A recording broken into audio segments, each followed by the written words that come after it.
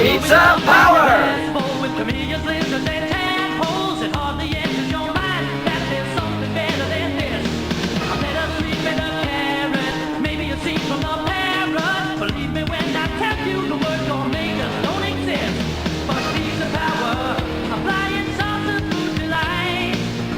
Hey guys, welcome back to another video, and today we are doing something a little bit different today.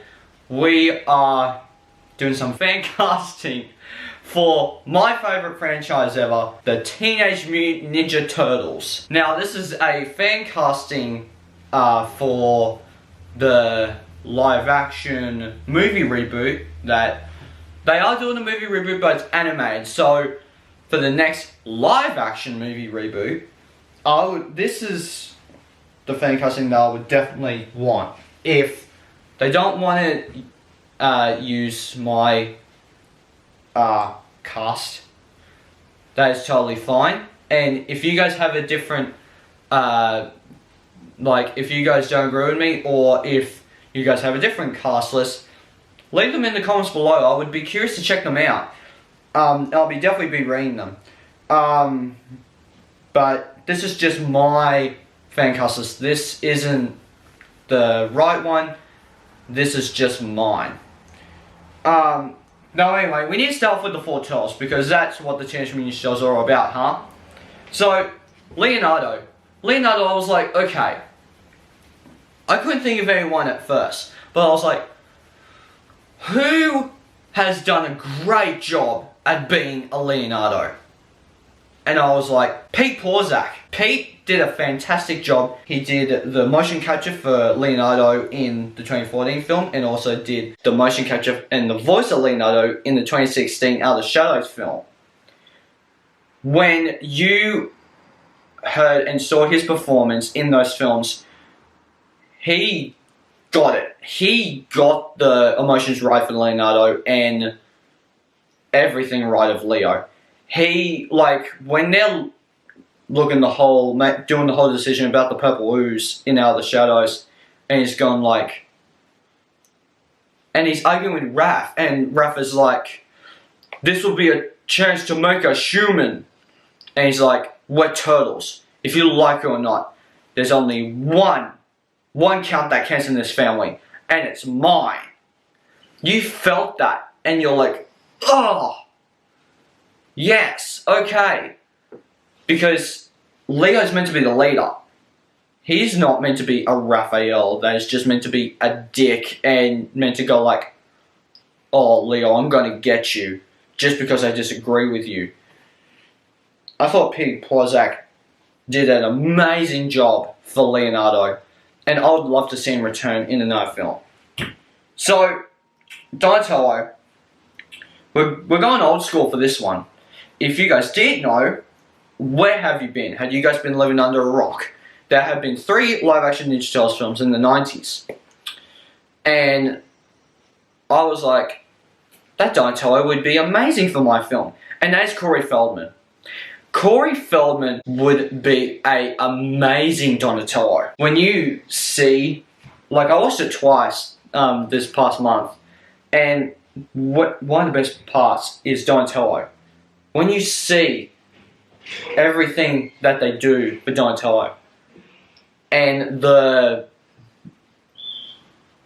everything about the voice that he does, the voice that he gives to that character, it also gives him kind of a funny and emotional kind of feeling to the character. And that's why I would love him to return for this. Now, Raphael, I had a tough choice choosing Raphael. But when I was like, going like, okay, who's someone that knows what to expect out of a comic book movie, who could try something new, but also try and keep in touch with what he did in the past? And I was like, Hugh Jackman would be the man to play Raphael. And the reason why I say that, if you look at him in the original X-Men trilogy, not really X-Men Origins, well, but also in Days of Future Past, the Wolverine, that is an attitude of a Raphael. He's angry. He's pissed off with the other team members when he wants to. He makes kind of angry, sarcastic comments, specifically to Leonardo. And I think that they would do a great job going back and forth. I don't think Pete Porzak and Hugh Jackman have worked together before, so this would be an interesting dynamic of the argument, and it would be fantastic to see on screen, I think.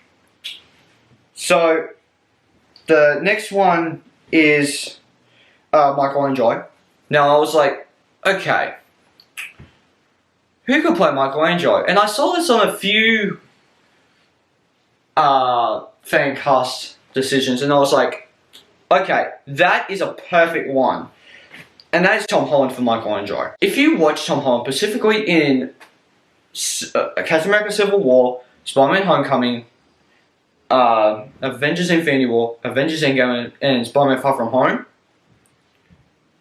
that, like, he's quippy in those, but also he goes to serious moments. If he was going to be Michelangelo, he would have to do more of the goofiness, but I can totally see him doing a Michelangelo. And I was like, that would be a fantastic person to play Michelangelo. So I was like, yes, I'm down for that. And so now, April O'Neil. I was like, now, Megan Fox did a fantastic job in the other two films. I will stand by it. But I was like, okay, who is someone that everyone actually likes and is the best part about these two other films of a gigantic franchise? We were just talking about a franchise that Tom Holland was a part of. And I was like, who could make the perfect April O'Neil? And I was like, Emma Stone would be definitely one for make a perfect April O'Neil. If you look at, and I want her to play the original April O'Neil in the yellow jumpsuit. If you look at the original cartoon April, the way that she was drawn, and put Emma Stone into that yellow jumpsuit with the white boots, and put a camera in her hand, you have my money.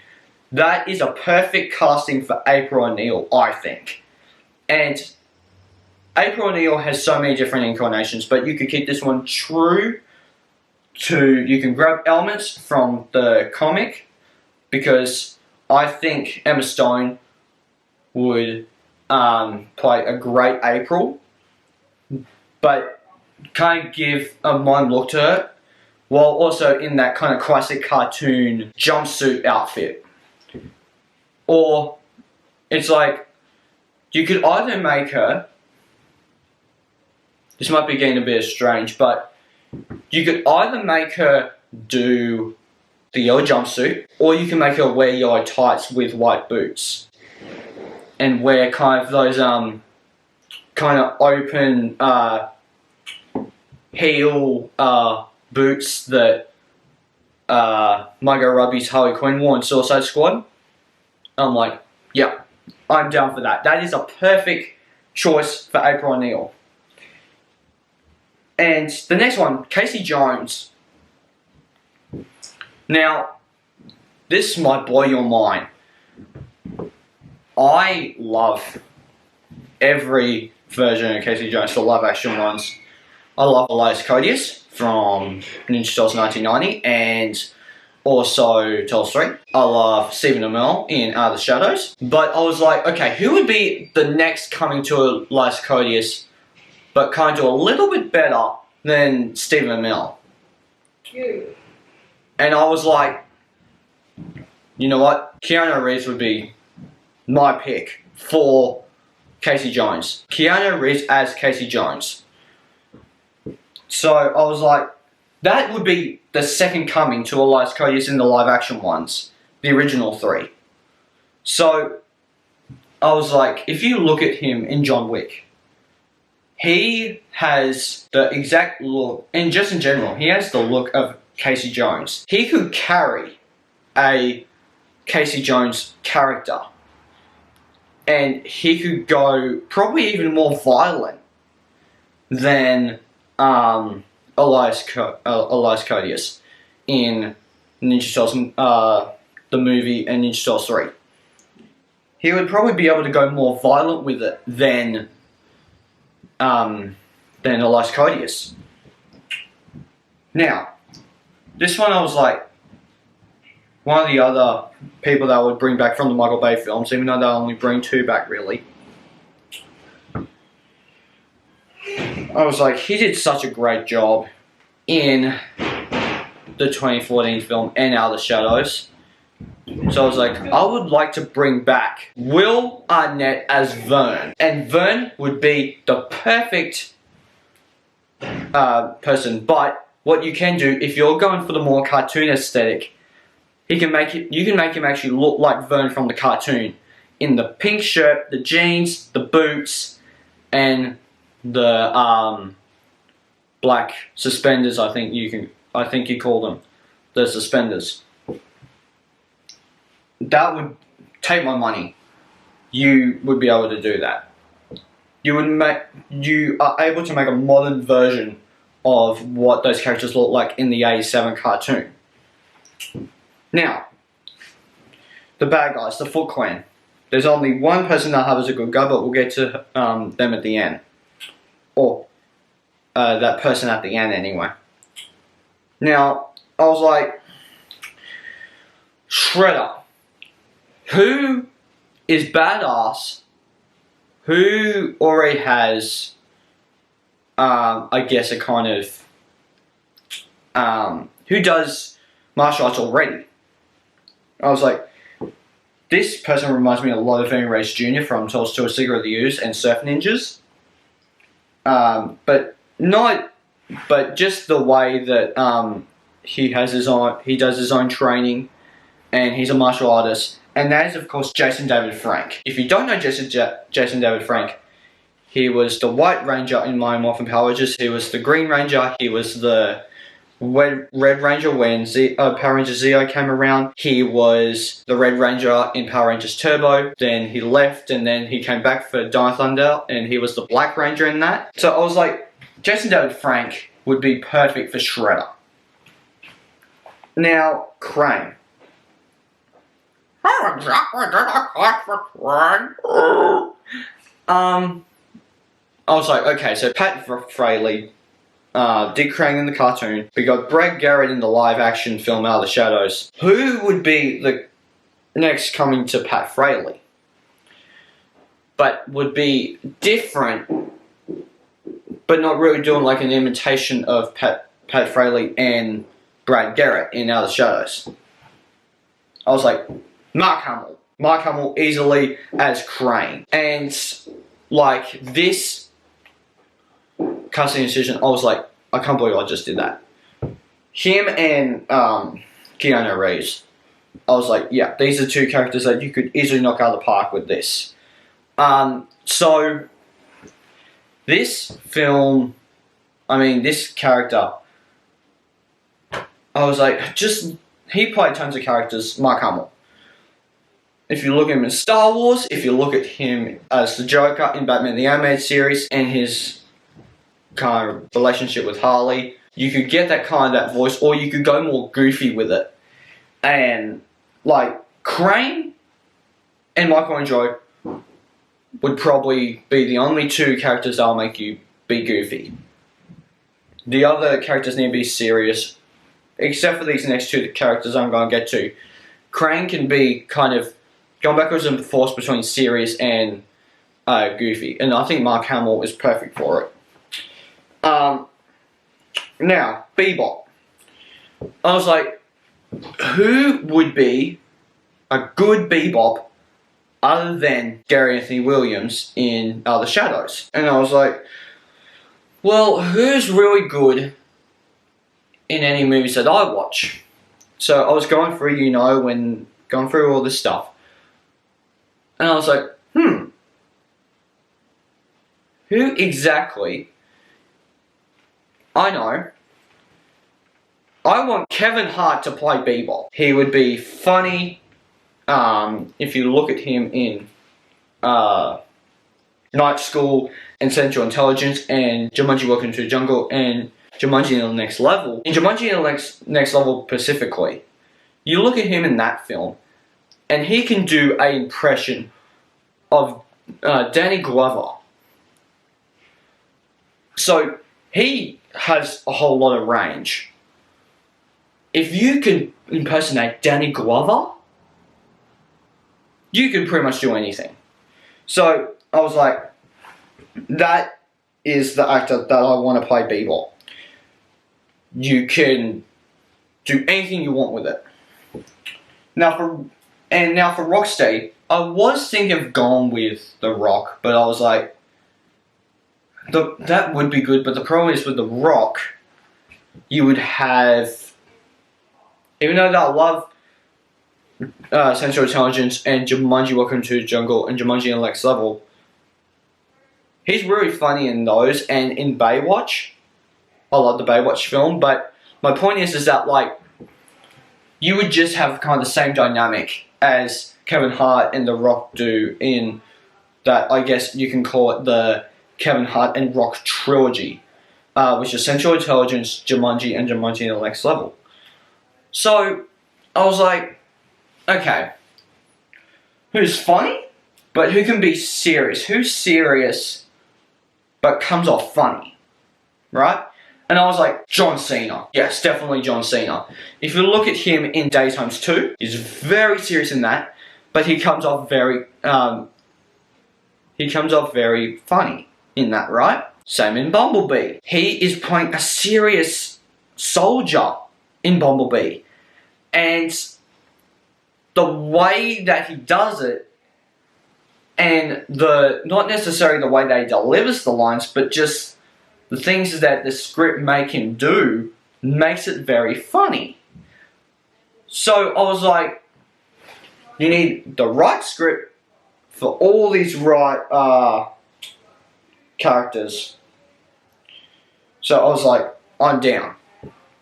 Now, okay, so last two, because I accidentally skipped one. So, Karai. Karai hasn't been around for very long. She wasn't introduced in the comics, she wasn't introduced in the cartoons, she wasn't introduced in the movies. She was introduced in the 2003 cartoon, so the 4Kids series one. And we've been getting Karai ever since then. She has popped up in the comics, she has been carried over from the 2003 show to the 2007 movie with Chris Evans and Sarah Michelle Gellar. And then we got her in the 2012 series in the IDW, and we got a badass Karai in the 2014 movie, and we got a Karai that didn't really do anything in Out of the Shadows, its sequel. So I was like, okay, going into another Disney realm other than Tom Holland, I was like, okay, who would be the best Karai? And I'm going through every person that I've seen in Disney property. And I'm like, Naomi Scott, no. I was like, Scarlett Johansson, no. Elizabeth Olsen, no. So I was like, so I went to, even though they don't really like it that much except for the sequels, I mean the new ones, I went to the Star Wars realm, and I was like, okay, who exactly would look and act as a perfect Karai, who did a great job in the action, who did a great job with the acting. So I was like, I want Daisy Ridley to be Karai in a live action Ninja Turtles movie. Just watching her, like, even if you don't like those movies, watch the character and the progression of Rey. She starts off as kind of like a Luke Skywalker character in Force Awakens from episode 4. And then she goes into kind of the one that needs to learn about the Force, and then she also throughout those movies you see her as the Han Solo, flying the Millennium Falcon and so on. So I'm like, I want to see you kick more ass, but as a bad guy, and I want you to be fighting the turtles as much as you can. So I was like, Daisy Ridley, you'll be my number one choice for Karai. Now, the last character for the minute. This is going to be a continuation series for fan casting for films and TV. But I was like, okay, for the minute, who would be a great choice for this character? If you guys don't know, which you probably guys don't know because you guys don't watch the anime or read the comics or whatever, but there's this character called Mona Lisa. In the original cartoon, she was like a turtle, not a ninja turtle, but she was just a turtle, a girl turtle.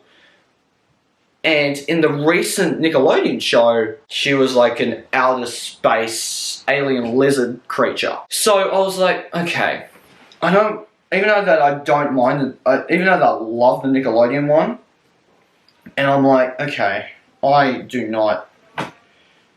don't see that person playing that particular version of her. So who would be a perfect choice for Mona Lisa? And then I was like, I'm not going to go into the Disney realm. I'm going to go to the other side of the superhero genre and pull out a DC character. You guys know how much I love Margot Robbie. So I was like, Margot Robbie, she'll be perfect to play Mona Lisa. Margot Robbie as Mona Lisa. Sharp and take my money. That is the greatest casting decision that you could ever get. And when you look at, if you guys are a true Ninja Turtle fan, Mona Lisa is a love interest for Raphael. To see that dynamic of Margot Robbie's Mona Lisa and Hugh Jackman's Raphael, and you kind of see that kind of love interest thing, that would be very interesting. And that would be another love interest that you could get in a Ninja Turtles film. You could get Emma Stone and Keanu Reeves as April and Casey. You could get Pete Plozak back and Daisy Ridley's Karai. And you could get Hugh Jackman's Raphael and Margot Robbie's Mona Lisa. I was going to go into, like, one of my favourite elements of the Ninja Turtles recent show, the 2012 show, I was like, I kind of want the whole love interest with Donatello and April O'Neil. But again, that might be a little too odd. So I was like, I want to bring Mona Lisa. Not Mona Lisa, bloody Renette Tilly. And I was like, I don't know who else to play her. And I was like, well, I can't really think of anyone else to play any other characters. Like, when I think of more, I'll make another video and I'll tell you guys the casting decisions on that. But definitely, because Renette Tilly is the love interest for Michelangelo. So I couldn't find anyone to be a love interest for Tom Holland's Michelangelo. But Margot Robbie's Mona Lisa and Hugh Jackman's Raphael would be a very perfect and interesting dynamic. So I'm like, don't do it in the first film because you would need to do, because I think, even though I love the recent ones, so the Michael Bay ones, for the first one, I want you to put in just the four Turtles, Casey, April, Splinter. I didn't put someone for Splinter. That'll be in the next part. But Splinter, the four Turtles, April, Casey, Vern, not for all the film, obviously. Shredder, Karai, Bebop, Rocksteady. The second one, you can introduce Crane. You can set up Crane at the post-credit scene and have him kind of like the Thanos figure. Going like, we are going to destroy the world. Mark Hamill doesn't need to do that impression. He would go, we are going to destroy the world. And then maybe after you take care of the second one, you deal with Krang and all that, and Jason David Frank's Shredder, Mark Hamill's Krang, and Daisy Ridley's Karai, and Kevin Hart's Bebop, and John Cena's Rocksteady. They'll team up to take down the Turtles. And then for the third one, you could go into like outer space, or you could deal with some sort of thing on the ground. The mutant accidentally got on to this. You could do kind of like a Bebop and Rocksteady thing where you bring the animals in, but you test on this girl and she gets transformed into a turtle, or she just touches the ooze and turns into a turtle. Because that's how it works in Outer Shadows. They touch it and they transform to their animal ancestors' DNA. And then you could have Margot Robbie as the human and then transform her into the motion capture CG Mona Lisa turtle. I'm like, that would be a perfect Ninja Turtles live action film right there. So guys, I'm going to do more of these. My next one is going to be, of course, the X-Men. So guys, please, I'm going to do more of this, so please hit the like button down below if you haven't already. Hit subscribe. Also hit the little bell icon to get notified of future videos I make. And I'll see you guys next time. Take care. Bye. Hey there. Subscribe to my channel. And also press this bell icon.